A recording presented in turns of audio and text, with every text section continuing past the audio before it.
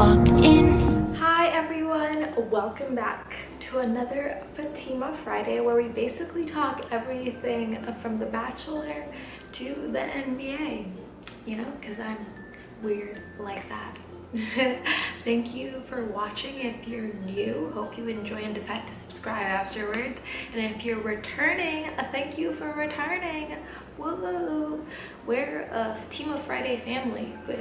So we're gonna jump right in. I'm gonna start off with something that I feel like is pretty obvious because of what I'm wearing. You guys, I'm a huge Lakers fan, all the way Lakers, all the way. One of my goals one day is to like have season tickets to the Lakers for every year that I can. Literally one of my first splurge things, big splurge things when I'm finally a doctor, you know, is gonna be getting season tickets to the Lakers if I'm living in LA, obviously, you know. And guess what? They freaking beat the Golden State Warriors. Like, huh? If you don't know anything about basketball, let me tell you, the Lakers, like at the bottom right now of the Western Conference of basically the whole NBA, really, we haven't been doing well. So it's crazy because Golden State, I feel like most people know, they won the freaking championship last year, arguably the best team in the Western Conference, if not the best team in the NBA right now. And the Lakers freaking beat them. Like, what? And it wasn't even like, oh, a little bit. It was like 95-112, which basically just shows that the Laker team right now has potential. Yes, I'm so happy because I need them to start winning championships again, like ASAP, because Lakers parades are freaking amazing, and I didn't go to one when I had the chance, and now I regret it. Moving on to the next topic of conversation, me and my brother sometimes like to binge watch TV shows together. We binge watched Friday Night Lights like crazy a couple of summers ago, and then with this break we watched Making a Murderer, and now he's binge watching One Tree Hill. I actually watched One Tree Hill, or a lot of it. I didn't actually watch the whole thing now I realize, but I did watch it when it was on TV, especially towards the end. I watched like pretty much, I think, the last 2-3 seasons for sure. And now I'm rewatching it with my brother, and that show was so freaking good. They tackle so many topics that I feel like may have been a little bit taboo, especially back then, and I didn't expect them to tackle. And the music is amazing. Can we go back to music like in the 2000s? Like, honestly, I just want to go back to music in the 2000s. Literally, I think it's better than music now. The fashion though, I don't know about that. I would take fashion now than fashion back then. Also, Chad Michael Murray, Sophia Bush, just seeing them as so young and remembering the fact they got married and they got divorced.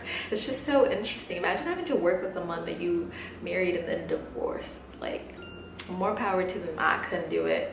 I feel like when I watched it back then, that's what I expected high school to be like, and high school wasn't necessarily like that, but just to see the topics they tackled and to see that they didn't shy away from topics like drinking, alcohol, partying, coming out in high school, which I feel like was not something that we talked about much in TV back then, and to see that now where it's more commonplace, I feel like to see that on TV now, just to see that they were doing that so earlier on is really nice and refreshing, and just makes me love the show even more because, you know, it has substance. I love substance. We're gonna move on to the last thing I'm gonna talk about, and that is The Bachelor, the Women Tell All, you guys, the Women Tell All. One of my favorite episodes. I love watching that episode, basically just to see how people are doing afterwards. You know, I'm gonna start with Jubilee. Ooh. They were all kind of attacking her. A lot of people were attacking her during the conversation where just the girls were talking, and that was really interesting for me to see because I really like Jubilee. And they're talking about how she apparently said in the house that she was the only real black girl. I was like, ooh. Ooh, and there were several people saying it, so I was like, I don't know if there can be a miscommunication here because there's so many people saying that you said the same thing. I don't know. I mean, I still really like her. I just wish she hadn't said that. But I feel like there are people outside of the show saying the same thing. So part of me is like, well, she shouldn't have said it, but there are other people also saying it, and do we shun them for saying it? So I don't know. It was like this weird, confusing thing. So Jubilee confronts Ben and is basically like, you know, you put an effort into all these relationships afterwards that were kind of confusing and kind of like people not really sure where they were with you and not super confident. You know, I think one of the ones was like Kayla not being sure if she like could love him, but he still like put an effort to her, and he was like, she was like, well, why didn't you do that for me? I felt like you just kind of blamed everything on me and was like, oh, well, you can't handle this. You're like pushing me away. You're doing all this, and that. And thus, I'm just going to like send you home. And to see her like actually confront him about that, I like that. I was like, yeah, you go, girl. You go, you go. Additionally, Olivia, seeing her on stage and just like hearing her issues with bullying and like having people like, you know, attack her in social media after the show and all these things, and I'm just like, oh, you know, like I actually kind of felt bad for her, you know, because it's not easy for anyone to have to deal with things like that in social media. Social media opens this world where everyone feels like they can critique you and everyone feels like they can attack you, and it's something that you can't really hide from in those situations. Like, I feel like when you were in high school or school and you were being bullied, at least when you came home, it was a little easier to get away from it. But now with like our world being something that people can follow you literally all day, you can be bullied all day from all different angles. It just makes it so much more difficult. I don't know, I guess it's a larger topic of conversation, honestly, but it was really, really sad and hard for me to see that, just because I like don't think anyone deserves that, no matter how much she acted a little cuckoo on the show and a little mean. Maybe she is a good person like deep down inside, and I guess I saw a little bit of that, but it still doesn't like negate what she did on the show. But I felt bad, and I was like, oh, I wish she didn't have to deal with that, especially because she dealt with that as a child, I believe, and now she's dealing with that as an adult and having all these people say mean and nasty things to her. And you know, I'm just wishing her the best. Hopefully people stop doing that, because really I don't understand why people feel the need to go out and say negative things, especially on things like YouTube, Instagram, Facebook, Twitter, Snapchat, all these things. Like, I'm of the idea that like, if you don't have anything nice to say, don't say anything at all. And I never have ever felt the need to go and say something mean to anyone. First of all, in person. Second of all, not even on media, like, because it's so much easier to do it on social media because you're not doing it face to face, and I feel like that gives people more room to do it. But I've never felt that urge. I just don't understand it, and to see people deal with that all the time, and to see that it leads to people committing suicide, it's just like, I don't get it. It makes me so angry and sad and distraught and disconcerted with our society sometimes. Anyway, I went on a little bit of a rant there about it's like social media bullying. Sometimes I do that. Yeah, let me know what you think about that down in the down bar. And then Leah, she tried to blame Ben for lying. She was like, oh, why didn't you keep what we said in private, da da da da. Well, he basically was like, bro, I had to say something because it was something that was going to affect a relationship that I really cared about. Then he was like, what you chose to do after I told her is on you, which was completely snaps to Ben, like how he handled that one. And then seeing Kayla, it broke my heart because you could totally see she was like still really in love with him, and I was like, oh girl, I feel so bad for you. And she was just like, you know, what made me even sadder was seeing her say the way I saw him look at the other girls, especially watching the season. I just want someone to look at me in that way, and I was like, literally just stabbed me in the heart. It was so sad. I'm really hoping she finds love somewhere, you know. But I don't know who's gonna be the Bachelorette. I think I'd like if Kayla was, because I really like her and I hope she finds love, but I think it might be Amanda or Becca.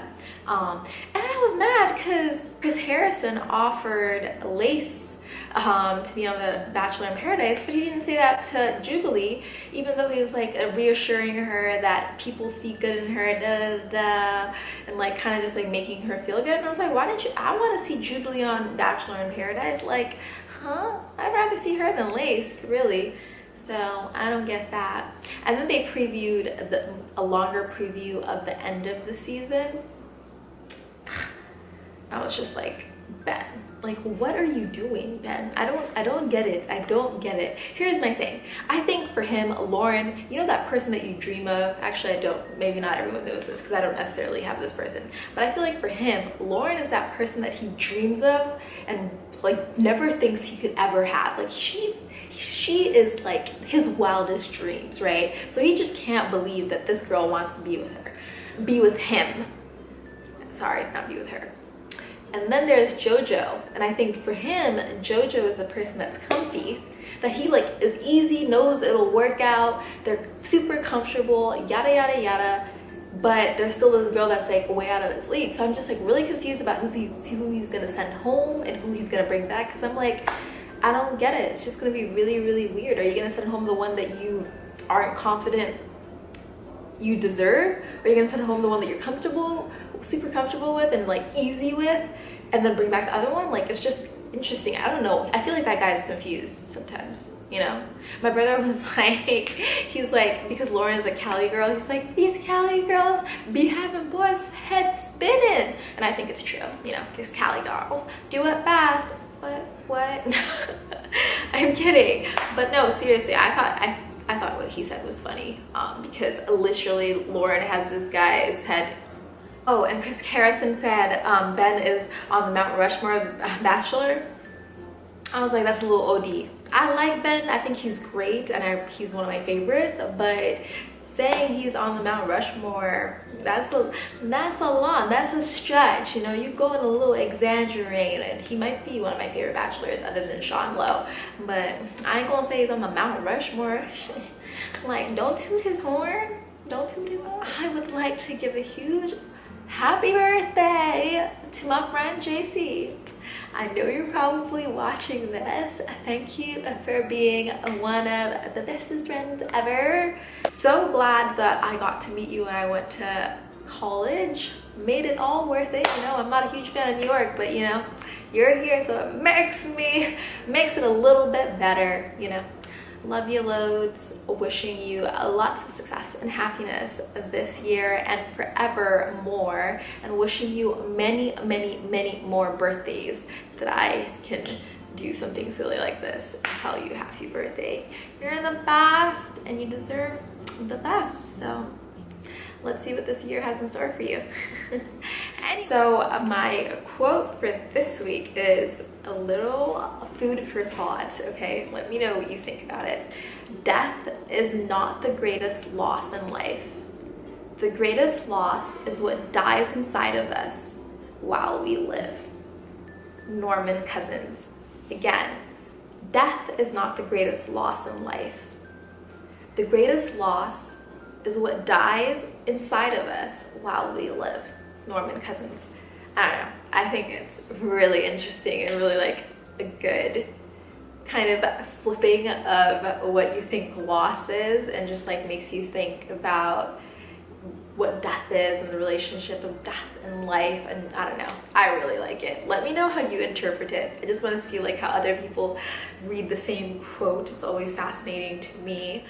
The song for this week is one that's like Guinean, that I'm like super obsessed with and have been for a while. I heard it at a wedding this fall, and I'm probably one of my favorite songs from Guinea currently. Not that I know that many, to be honest. It's by Alphadio, Dara, and it's called Djikke. Completely different language, and the language is Pular. That's the language that I learned first as a child, and that's the language that my parents speak, in addition to a bunch of other languages. Everyone's multilingual, you know, whatever.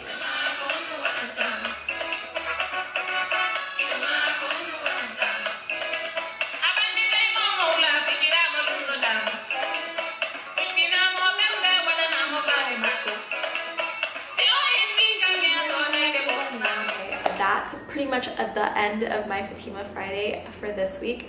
Thank you so much for watching. Please join the conversation down below. Let me know what you think. If you like the video, be sure to subscribe. Let me know what you want to see in the next Fatima Fridays.